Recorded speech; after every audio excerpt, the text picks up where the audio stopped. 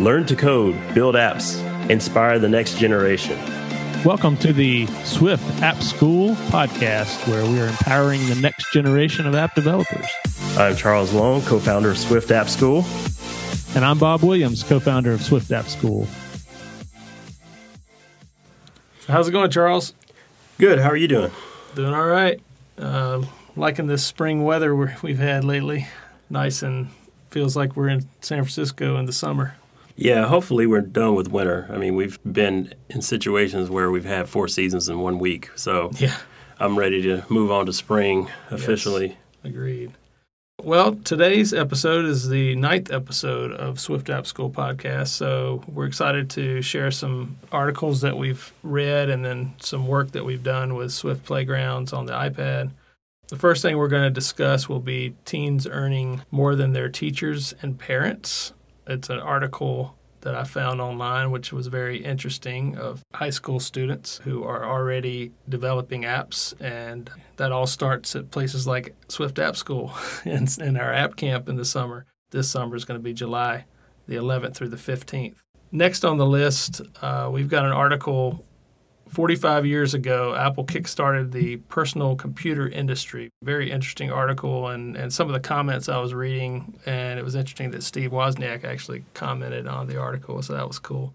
And then we'll have something cool at the end, like always.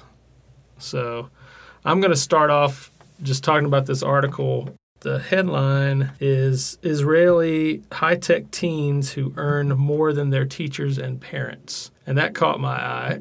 And it's about app development. And high school students in Israel are working at startups part-time. And they're making $3,000 to $6,000 a month in U.S. dollars. So, wow. And they're just working part-time. One of the recruiters said they're young, they have a fresh way of thinking, they have fire in their eyes. That sounds familiar, doesn't it? Mm-hmm. Sounds like some of our teacher assistants. And we have a couple working on some tutorials for us now. And sorry we can't pay them $3,000 a month, but maybe one day. Yeah, if you guys are listening, don't get any ideas. We got to start small. But yeah, it sure beats traditional babysitting and fast food grind that most teenagers are going through with their first jobs. But anyway, some of the students were saying, but it wasn't about the money. It was actually they were getting a lot out of it, and they were even saying that they wouldn't need to be paid to do it. They enjoyed it so much. So that's what it's really about, and that's what we try to tell our students. We've been in situations where we've been at conferences, and we just know that half the people there are just looking for a quick buck, and they're doing it for the wrong reasons. And if you're just going to learn to code just because you want to make a bunch of money, then you should find something else to do because, we'd prefer to teach students who are really interested and passionate about learning to code and being creative. And I tell people all the time that coding is very creative, and just want to break down the stereotype that you have to be a math nerd to code, because that's just not true. But anyway, I found this article very interesting. One student said they learned coding in the 9th grade, and then right after that, they just kind of took off, and all of a sudden, when they're 11th grade, they have all these opportunities. So that's our hope for our app camp and for our tutorials once we have those online, that teenagers can start out, 7th, 8th, 9th grade, and then by the time they're juniors and seniors in high school, they're able to make $3,000 to $6,000 a month. That would be nice. But even if they don't make that much money, they still have a resume they can build, and they have a career path set for them. So I think this is a great opportunity for kids because you mentioned it's not about making money. I think the other misconception is that coding is extremely hard. And while it can be difficult, the most important thing is learning the lessons of perseverance. And so that's why you can't go after money, because when coding does get difficult, you really need a mentor or someone with more experience to help you get through those tight spots. And it's easy to give up if you're just chasing money, because you're like, oh, well, it's not worth it. I'm just going to move on to something else. It's easier. I'm going to go play video games or whatever else. But I feel like once you overcome some of the obstacles in coding, you get really excited, especially if you do have someone to help you get through those. It's really difficult trying to figure it out on your own, but the people that have that mentorship and they can get through those complicated concepts, for a person that's, starting out in coding, all of a sudden they light on fire, and then they get really excited that, hey, I was able to overcome this obstacle, and now I'm able to build things that other people think is magic or some type of, lost art or something like this. I think that's what's amazing to see, especially as you talked about when the kids that we have in our app camps, they get through a couple of projects and they feel like, okay, I can do this. This is really cool. So, yeah, this is amazing that kids are able to make this kind of money by learning early and getting that experience. So that's cool. Yeah, I really thought it was interesting. And, there was another, why do teachers not have the same salary as tech workers? And we're not going to get into that right now, but I do feel like sometimes our society has our values out of whack a bit. Yeah. I think sometimes it's difficult to figure out how to value teaching experience because, I've heard the old statement that if you can't do, you teach, which I don't like that statement. Yeah. Because obviously we can build our own apps. We could have left our day jobs and just become app developers. But to us, it was more important to give back and to teach younger people, to teach others that are going through what we went through when we started coding and realize, okay, this is really difficult and you're spending a lot of time just trying to understand the syntax, trying to understand the concepts. And for us, we felt it was more important to turn around and teach it. And so for teachers that are very experienced, I think they are worthy of the pay. Unfortunately, in the app development world, there's not a lot of people that are teaching. They're not teaching for money, I can tell you that. Most of them are in similar situations as we are, where we work in have technical backgrounds or work in technical fields, and we want to do something bigger than ourselves and give back. So I feel like the payment, though, is like we mentioned, is not monetary. The payment is in seeing the kids' eyes light up and that they have this experience. And after a week of app camp, for instance, you can see them really excited, like, okay, I'm going to go make my own apps. I'm going to, build this thing. That's really exciting, especially since a lot of these kids have no coding experience at all when they come to us. Yeah. That's amazing. And that's what we get paid to. That's our payback, is seeing them. Yeah, and if they do have coding experience, they've maybe, worked in Scratch or something like that, real basic coding. Roblox or whatever, or Python. Yeah, but not a full-scale app. So right. It is really just gratifying to see these students light up, like you said, and sometimes they become the teachers. We've seen that as well, which is really it's impressive at their age.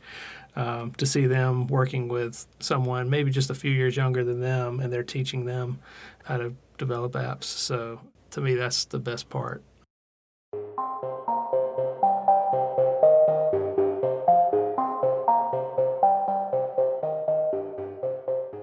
I guess we could segue into talking about Swift Playgrounds on the iPad. Or is it Playgrounds or Swift Playgrounds? Well, I guess it's called Swift Playgrounds.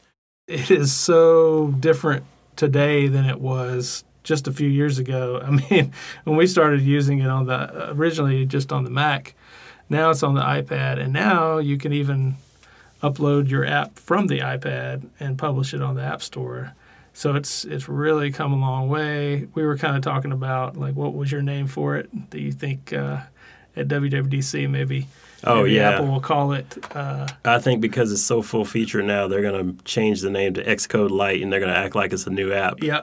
But I mean, even a year ago, this app has really improved, because I really brushed it off when I first saw that they were going to allow you to make apps from Playgrounds. Because my initial thought was, well, that's not really Xcode, so I'm not even going to pay attention.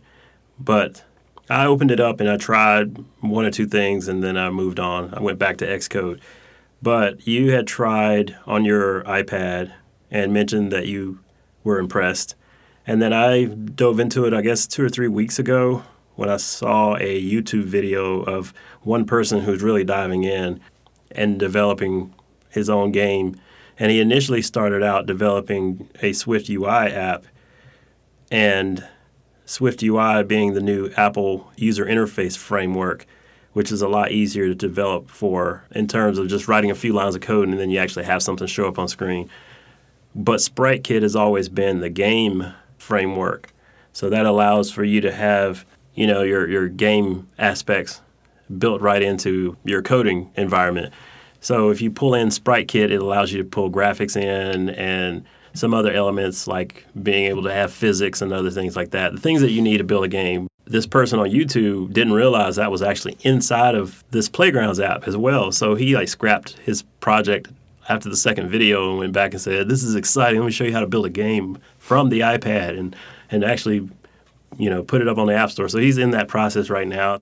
I'll put his link to his videos in the show notes. But I am impressed. After 2 or 3 weeks, I have been using it, and every project that I can find that I've built with SwiftUI or SpriteKit, I've been recoding inside of Playgrounds, and everything works. It's really cool. I'm actually flipping through it now. I'm discovering some things that I hadn't really noticed before. But, like SF symbols is built in. I knew about that. But then, it has things that when you're on the Mac, you don't necessarily see. Like there's a tab that says what's new in SF symbols, multicolor SF symbols, things like that that are easy to find on the iPad that aren't so easy in Xcode, or just, you're maybe hunting around for a while. So that's awesome. It's really handy, and it's got it in categories. Now it has it in categories on the Mac as well, but just that multicolor what's new, that's a pretty cool little tab where you can discover, because they keep adding. It seems like every month or so they have a new version of. Yeah, so I'm glad I did not download the paid version of the SF symbols. So basically, when you're doing app development, there are times when you need icons at the bottom of your screen. So if you're building an app, it needs a little person at the bottom, and maybe it needs a folder. Well, a lot of times you need to know vector art in order to create those, or you need to go online and find vector art. And by downloading SF symbols, which stands for San Francisco, right? I think it's like a font. Yeah, it's a font. Sort of San a Francisco font. Yeah. So SF symbols is a collection of more than 2,500 icons. That way you don't even have to have I need a send icon, a vector that I can put in my app. Well, you don't have to go find that on Google. You can just go to SF symbols, or what you just showed me on the iPad. You can just click in and type in what you need, and it already has a lot of them preset for you to use. And you don't have to. The beauty of that is if you're going to make your app an iPad app, a watch app, and it's going to resize all that for you in SwiftUI. Whereas if you try to have custom art, then you're going to have the headache of having to resize for all these different screen sizes. Whereas, without the custom, if you just use what they've given you, it's going to resize everything depending on what device you're on. So it just takes out a lot of that headache and extra work for designers. And, in most cases, that's what you want to start with. I mean, you don't have to, you can always add custom art later. But it's a good way to start and show a client something that, hey, this looks like it's really professional. And maybe they keep the, the symbol art because they don't really care. Or they say, hey, this looks like what I'm familiar with. So in some cases, it's nice just to keep what they give you. I also noticed that they have the dark mode icon. So if you need light mode or dark mode, both are there. True. That's true. That's a very good point. That saves you a lot of time. Yeah, it does. That's cool. Yeah. Yeah, I'm very, very impressed. My initial response was, who cares about Playgrounds on the iPad? Now I'm all in. It's also nice that this lowers the barrier to entry, because initially we told people that you had to have a Mac, or you had to have Mac Mini, some sort of Apple computer in order to develop apps. And now you can tell people all you need is a $300 iPad, and there are low-cost keyboards that you can purchase on Amazon, and as little as $60 up to, Apple's is really expensive, but it's kind of the gold standard of keyboards on the iPad. But you can spend $60 and get a keyboard for your iPad, and now you have a coding environment, which is, I think that was the issue before is, well, if you're not doing Mac development, you can just get a Chromebook and develop on that. Now you can use an iPad, and you don't have to have a keyboard, but it's definitely recommended. I mean, I guess you could, in the past, you could have used a Mac Mini, but, you still have to buy a monitor and all that. So now you can spend, $350 and you've got pretty much everything you need to get started. And yeah, like you say, that breaks down the barriers. It's less expensive than it's ever been. And I think that's just going to continue to get more, the prices will be more reasonable as things continue. But, Apple's going to want you to continue to buy their products. So that's not going away anytime soon. As we mentioned in our last podcast, we're in debt because of all of our Apple purchases. So.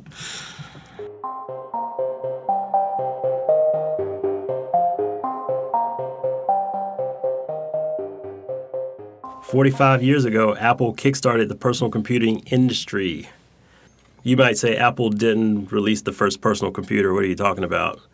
Well, if you look back at the history, Apple's credited for being the first successful personal computer. I'm going to read an article that talks about the Altair 8800, which was the first machine to bring computing to the people. But the Apple II was the first system even non-techies wanted. So there were computers out there used for business and for education, for military, for different reasons. But no one was truly marketing the computer for the personal home use. One reason why was because of the expense of the computer. On April 16, 1977, the first annual West Coast Computer Fair kicked off in San Francisco. At that event, which was attended by 12,750 people, Steve Jobs and Steve Wozniak unveiled the Apple II personal computer. It's not hyperbole to say that the world has never been the same. Apple wasn't the first company to introduce a microcomputer, as it was referred to then, because of its use of a microprocessor.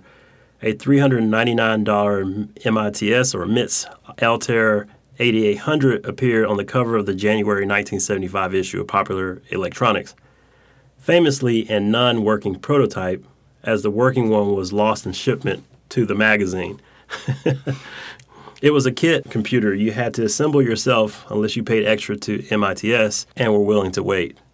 The Altair 8800 was sold out immediately, and other kits of its ilk, such as the MSI 8080, were hobbyist dreams realized more than useful tools for regular people. They didn't come with keyboard, displays, or storage devices, much less ready-to-run software, but they put some of the power of a mainframe or mini computer on your desk, and you didn't have to share processing time with anyone else. So I look at the Altair 8800 to be sort of like a Raspberry Pi back in the day, where it's something cool that you could purchase and geek out over. Like you got this thing that you can hook other devices to, like a big screen, or you can hook in your own keyboard and mouse, because at that time people started making accessories for these business class devices. So if you were a hobbyist, you could get one of these for $399 and you could attach your devices and basically make your own computer that you could just geek out on. And that was a lot of money back then. Oh yeah, that was a lot of money. And you think about it now, you can buy a Raspberry Pi for like less than $30. Like less than $20 to $30. Yeah. So it's pretty amazing to see how far this hobbyist world has evolved. But as far as Apple, Steve Wozniak, at the time a young electrical engineer with experience working for HP and Atari, designed his own personal computer. He introduced the first prototype, barely more than a circuit board, and dubbed the Apple I at the local homebrew computer club in 1976. Soon he began hand-building units with the help of his friend Steve Jobs, whom he had met some years earlier and worked with at HP and Atari. Together, they sold Apple I systems to the enthusiastic clubgoers. They also sold about 50 of them to the local electronics store called the Byte Shop. So, arguably, Steve Wozniak knew how to develop electronics better than anyone else at the time. He could whittle a design down so it would use as few chips as possible, as evidenced by his work on Atari's hit 1976 coin-op Breakout. I didn't realize he worked on that. I'd forgotten that. I thought that Pong was his first, but I guess Breakout was that before Pong? I think Pong was first, and he probably did work on Pong while there. I think what they're saying here is that it was pretty evident of his capabilities of being able to whittle down these parts. Yeah. And Breakout was one of the basically coin-op games, because I think that was an arcade game. Okay, got it. So I think that's where they saw him able to, efficiently build these smaller chips or take the parts and then consolidate down to smaller parts so they could build them and push them out to various places, and probably arcade centers or whatever. Mm-hmm. Soon, Wozniak and Jobs worked to develop a second model, one that could display not only text, but also real color graphics, as well as play sound and work with paddle controllers. A desktop machine that could play that breakout game at home, among other things. It would also have a built-in BASIC interpreter, a full keyboard, and expansion slots. Jobs ensured the system was packaged as a professional product you could use right out of the box, complete with an attractive plastic housing and internal power supply. And then, of course, the remainder of the article talks about the history of Apple II up through the Macintosh days. And I will say, as the article says, the rest is history. Obviously, we know how things turned out. And you know, the PC market, basically what happens, Apple challenged IBM, who was starting to catch on that the home market was actually something they needed to pay attention to, because at the time, they were international business machines. They weren't really concerned about home users. And when Apple challenged them and they saw that this was going to be a market, they really took not a complete pivot, but they also opened up their computers to be basically cloned, and people weren't going to be sued by creating personal computer clones. And that's where, you know, Bill Gates and that whole story of the PC market started to come in, MS-DOS and those sort of things. A whole nother story for another day, but essentially that's where the Apple history began. So for those kids out there who have no clue about any of this, I just want to say that when I was 9 years old, my first experience on a computer was an Apple II. It was in probably 1983-ish, that era. But I think, you know, our school had the Apple II. They didn't have the Apple IIe yet. When was it developed? Was it 83 that it came out? But we wouldn't have had that. We would have had the older Apple II, which had the floppy. And I think I had the Apple IIe in 7th and 8th grade. But, you know, we didn't have these machines at home. Most people did not own a computer, especially in my generation. Charles is a little younger than me, but in my generation, I only had a few friends who had PCs by the time they were in, you know, 9th, 10th grade. And I think I had a word processor and finally had a computer in my adult life in my 20s. But until then, it was just, you know, use the computer labs in college. And, you know, there were lots of them. And that was the way it was. And there really was no internet yet. And I remember being in college and saying, why do I need an email address? So, you know, times have changed. And I'm dating myself quite a bit. But you know, there's a lot of technology out there that that was not there back in these early times. Yeah, you didn't have it. You didn't know why you needed an email address. Now you have emails, Discourse, Slack. What else do people have now? I also remember in college saying, "Why do I need a cell phone?" Somebody was trying to sell me a cell phone. I was like, "I don't need a cell phone." Yeah, now people have all those things, including all the social media networks like Instagram, Facebook, Twitter, Snapchat, TikTok. Yep. Like the list goes on and on. And it's so funny now we say, you know, why do we need an email address? I remember when people back in the 90s used to ask me, what do I need a website for? Mm-hmm. Now, essentially, everybody has one with a Facebook or Instagram or what whatever. What do I need social media for? I remember saying that too. You know, yep. We've seen a lot of changes through the history of the tech world, and it's amazing to look at where we've progressed to at this point. I talked about it in earlier episodes of the podcast where I got my first computer. It was Apple II Plus when I was 12 years old. But the only reason I received one was because my grandfather putting his money together with a coworker to help purchase that machine for me. But otherwise, we couldn't afford one. And so had that not happened, I wouldn't have had a computer that early. And then moving a few years later when I got a PC in my teenage years because my stepdad was wanting to create signs, and he needed a computer to create these signs using CorelDRAW. At that time, that was mid-'90s. So computers were becoming commonplace in the mid-'90s.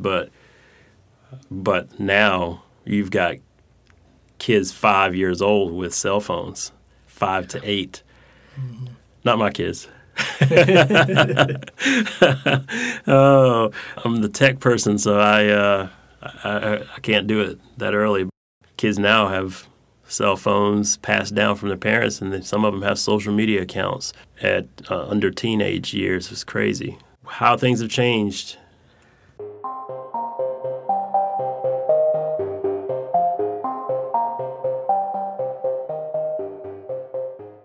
I guess that moves us into the something really cool segment. Yeah, so Sal Khan, who's famously known for Khan Academy, a lot of people have used this site to supplement education in schools. He has a wonderful story of how he started Khan Academy by tutoring his cousins in math. And long story short, essentially Khan Academy was born because he thought, if my cousins are interested, maybe other people are interested in learning these things. And he built an amazing nonprofit business with topics from math all the way to physics and many other topics now. I think he's not the only person that are giving tutorials at this point. And so they have a great mission. I was watching a recent video where he's talking about a new nonprofit mission that he's working on called Schoolhouse.world. On their website, they state, "We are a nonprofit with the mission of connecting the world with free peer-to-peer tutoring." And it also says free online tutoring with students like you. And so I'll put a link in the description so you can follow it and watch the video. But basically, what he was talking about is what happened in 2020.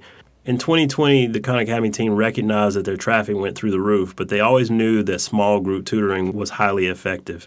And so he started reaching out to some of his friends asking, couldn't we build a prototype of a platform where folks who need help in a topic could say they need help? And that other people, high-quality vetted tutors, could say, yes, I could run a small group tutoring sessions on that topic. And by the end of the summer, it was working. Now, it's funny because he says high-quality vetted tutors. Those tutors that are vetted, in some cases, are 13 and 14-year-olds, and they're helping people who are in their 50s try to get their high school diploma. That's amazing. Yeah, I mean, he's trying to flip education on its head, and 2020 taught us many things. It allowed for people, or it forced people to become more tech knowledgeable with Zoom, and I mean, for older people having to help, their grandchildren, or parents having to help their children through virtual learning. I mean, it forced us all to kind of step it up. It also brought on work from home. So it changed the world, and I think it's going to change education. In his business here, he's saying we're seeing people in very disparate conditions, economic strata, life stages, cultures being able to connect and empathize with each other around meaningful work that matters for both of them. We are seeing that it's actually possible to scale tutoring by leveraging people's willingness to do good for others. Great that's work. A great story. I'm interested in seeing how far Schoolhouse.world advances, and I just thought that was really cool. So kudos, Sal Khan, on creating another great nonprofit business. That's great. Maybe we can have Sal on the show sometime soon and hear more about it. Yeah, it's hard to beat our last podcast guest. So that would be amazing if we could get him on and talk to him as well. We're also looking for, if there are other app developers out there that want to talk about their story, we'd love to talk to you. We'd also really appreciate it if you enjoy this podcast, if you could like it on social media channels and Apple Podcast and other podcast platforms, and give us a great review. That would be awesome, because the more reviews we have, the more people we reach. So we would appreciate that. Thank you for listening to today's episode of the Swift App School podcast. You can always find us online at swiftappschool.com, and we're also on social media at Swift App School on Twitter, Instagram, LinkedIn, YouTube, and Facebook. Bye, y'all. Goodbye.